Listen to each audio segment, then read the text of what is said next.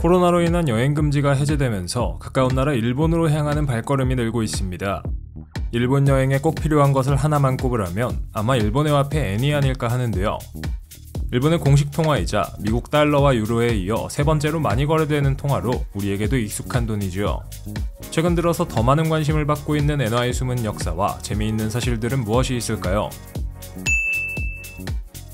엔이 언제부터 사용되기 시작했는지 궁금하지 않으신가요? 정답은 우리에게도 익숙한 19세기 말의 메이지 유신 혹은 명치 유신 이후입니다. 일본이 현대적인 국가로 탈바꿈하는 과정에서 등장한 화폐 단위가 바로 엔이었죠. 메이지 유신 이전에 일본은 여러 봉건군주들이 영토를 나눠 먹었고 제각기 다른 화폐를 만들어 사용하고 있었는데 당연히 계산할 때 복잡해질 수밖에 없었습니다. 이 문제를 해결하기 위해 1871년 새로운 화폐법이 도입되었고 1882년 일본은행이 설립되어 일본 열도 내에서 공통으로 사용할 수 있는 엔을 찍어내기 시작했죠.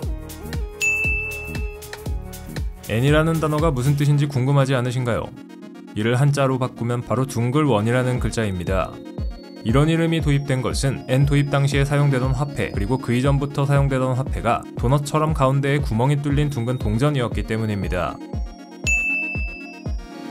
1897년 당시 1엔은 미국 달러로 0.5달러의 가치가 있었습니다. 2022년 12월 25일 기준으로 1엔이 0.0075달러의 가치를 지니고 있으니 달러에 비해 그 가치가 낮아진 셈이네요.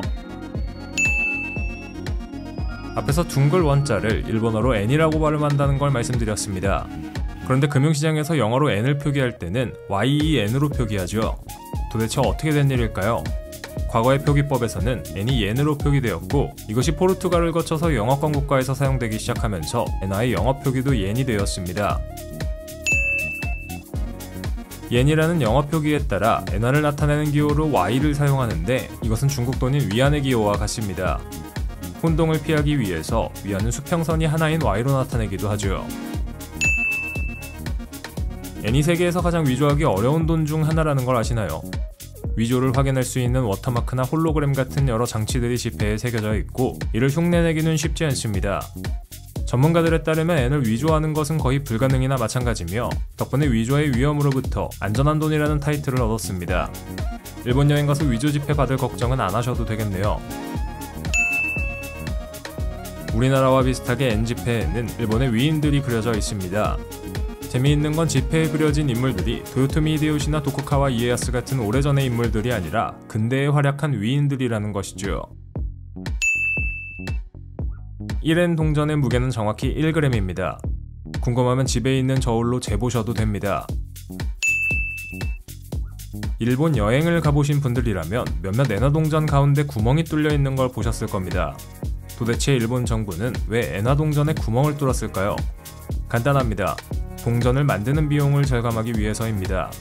그렇다고 실끼워서 이상한 짓 해서 여러분들까지 비용 절감을 하는 건 절대 아니지요.